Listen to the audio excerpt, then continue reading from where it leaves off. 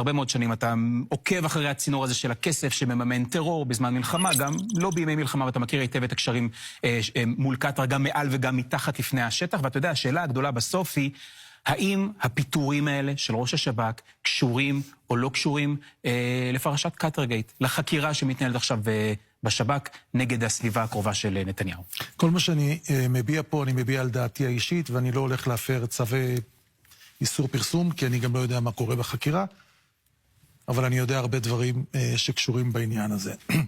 קודם כל, לדעתי, החקירה הזאת, אם היא מתנהלת נכון, היא אמורה להגיע לשתי תוצאות שמפחידות מאוד את ראש הממשלה. הראשונה היא עד לרמה של ההחלטה שהתקבלה ב-2018 להכניס כסף לקטרים, וההחלטה היא, והנקודה השנייה היא עומק החדירה והגיוס בלשכת ראש הממשלה. תסביר. ואני אסביר, ולכן היא משליחה ישירות על לי, לדעתי היא משליחה ישירות, ואני בשתי דקות אנסה להסביר. קודם כל, תראו, לכסף הקטרי שנכנס ב-2018, למרות שכביכול שכחנו מזה, מאחר ואני בודק את זה, ואני עובר על זה, ואני קורא מסמכים עוד וזה, תראו, אין שום היגיון.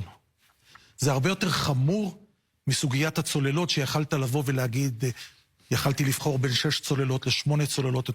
להכניס את הכסף ב-2018 לקטרים לא היה שום היגיון, זה בניגוד גמור לכל מה שרק אפשר. אני יכול להרחיב על זה, אבל חבל. אז מה המשמעות של זה? איך אתה מבין את זה? לא, רגע, אני אגיד, אבל מעבר לזה. בימים הקרובים גם מתפרסם איזשהו מסמך של המרכז לחקר המודיעין, על כל המסמכים שנתפסו אודות קטר ברצועת עזה.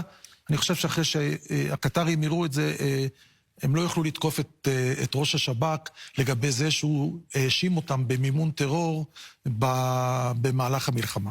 אבל כאן אני רוצה לזרוק שם. אנחנו פה מעל הבימה, אני לא יודע אם השב"כ יודע, לא יודע אם המשטרה יודעת. יש דמות אחד מאוד מרכזית, דמות קטרית, שהדמות הזאת היא מתקשרת מצד אחד גם לכל הסיוע הקטרי לעזה, ומצד שני, ואני יודע מה שאני אומר, היא מתקשרת בצורה מאוד מאוד אדוקה לכל הבכירים ביותר בתוך לשכת ראש הממשלה. בו זמנית? האיש הזה חי וקיים עד היום. והשם שלו, וכדאי שאנשים תרצו, תבדקו, אני פתוח, רנם בן סעד אל סעד. תבדקו מי זה האיש הזה. מי זה? האיש הזה זה יד ימינו של שליט קטר, האיש שאמון על כל הזרוע, נקרא לזה כלכלית. הזרוע משחדת.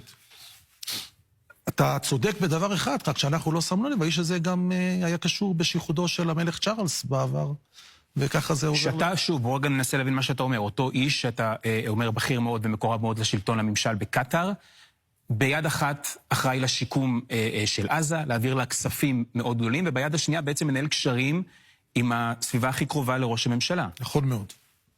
אני אומר, ואני חושב ש... ושוב נדגיש, כי באמת כל החקירה הזו נמצאת תחת צו איסור פרסום. מה שאתה מדבר עליו, זה לא מתוך החקירה. אתה לא יודע מה נחקר עכשיו, אתה אומר דברים שאתה נחשפת עליהם, ומכיר אותם מעבודתך. אני יודע את זה מעבודתי המלאה.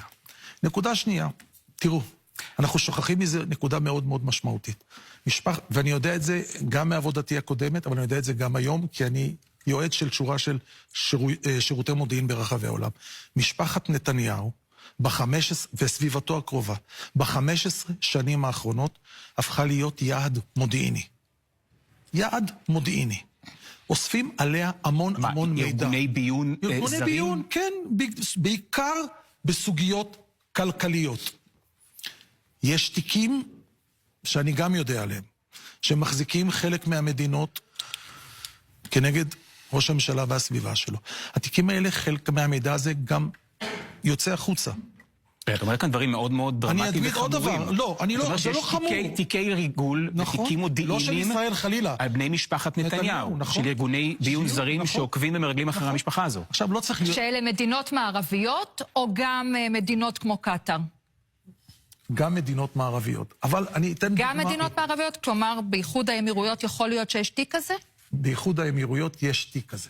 זה מדינה מערבית? עכשיו אני אתן דוגמה. ואנחנו יודעים מה יש בתיקים האלה? או אפשר לומר מה יש בתיקים האלה? או שאנחנו לא רוצים לומר, וזה גם בסדר. נשאיר את זה, אבל בואו נחשוב בהיגיון. וכולנו פה סביב השולחן. יאיר נתניהו יושב 2 בארצות הברית במיימי. האם יש למישהו ספק שהוא נמצא תחת פיקוח של FBI? אני שואל, יש למישהו ספק?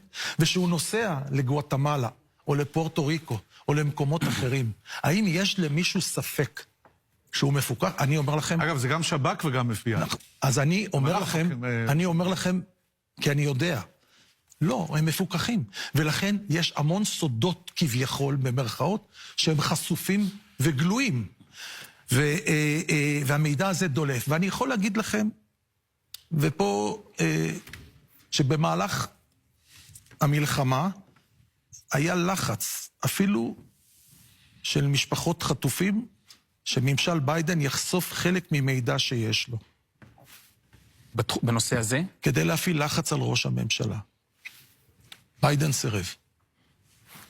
ונקודה שלישית ואחרונה, שזה גם כן קושר את הכל, תראו, זה גם כן לא סוד, בשביל זה אני כל כך מתפלא על הצו איסור פרסום, שאני חושב רק גורם נזק לחקירה, כי המידע הוא גלוי, המידע הוא נמצא.